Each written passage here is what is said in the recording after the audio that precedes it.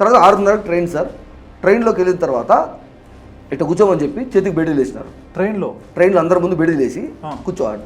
దేనికన్నా బెడీలు నేను కోఆపరేట్ చేయట్లేదా, పారిపోయినా ఇప్పటికీ చెప్పలేదు ఏం కేసు ఎవరు పెట్టారు అనేసి మీరు బెడీలు ఎందుకు వేస్తున్నారు? మీతో కోఆపరేట్ చేస్తా మాట్లాడుతాను కదా, అబద్ధాలు చెప్పి తీసుకొచ్చారు నన్ను, అయినా కూడా నేనే మాట్లాడలే కదా, వస్తున్నా కదా నేను. బెడీలు ఎందుకంటే ప్రోటోకాల్.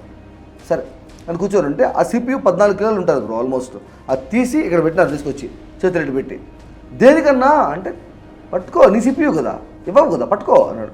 అరే నొప్పేస్తాను సార్, నువ్వు నొప్పిగా ఉందండి, దేనికన్నా పెడుతున్నారు ఇక్కడ అంటే ఫైటర్ కదరా నువ్వు, ఫైట్ విత్ ద పెయిన్తో ఫైట్ చేయి, ఫైటర్ అనుకుంటా హైఫై ఇచ్చుకొని నవ్వుకుంటారు, జోకులు వేసుకుంటారు. ఒక అరగంట తర్వాత సార్ నొప్పేస్తాను సార్ నాకు అంటే అప్పుడు దాన్ని తీసి పక్కన పెట్టి ఫైటర్ అంటే మళ్ళీ పెయిన్తో కూడా ఫైట్ చేయలేడు, పెద్ద ఫైటర్ రీడ్, పెద్ద పెద్దలతో ఫైట్ చేస్తారు అనేసి నవ్వుకుంటున్నారు వాళ్ళు. సరే ఓకే అని చేయి పెట్టుకుంటే చేయి బయట పెట్టు, అందరూ కనపడాలి, వేడిలు బయటకు తీసుకొచ్చి పెట్టాను.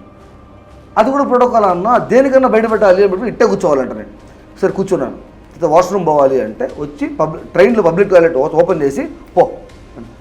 సార్ దేనికి సార్ అంటే నేను చూడాలి, నేను చూస్తూ ఉండాలి, అది రూల్, అది నేను చూస్తూ ఉండాలి, నువ్వు తలుపు వేసుకోవడానికి లేదు, పర్మిషన్ లేదు నీకు అని.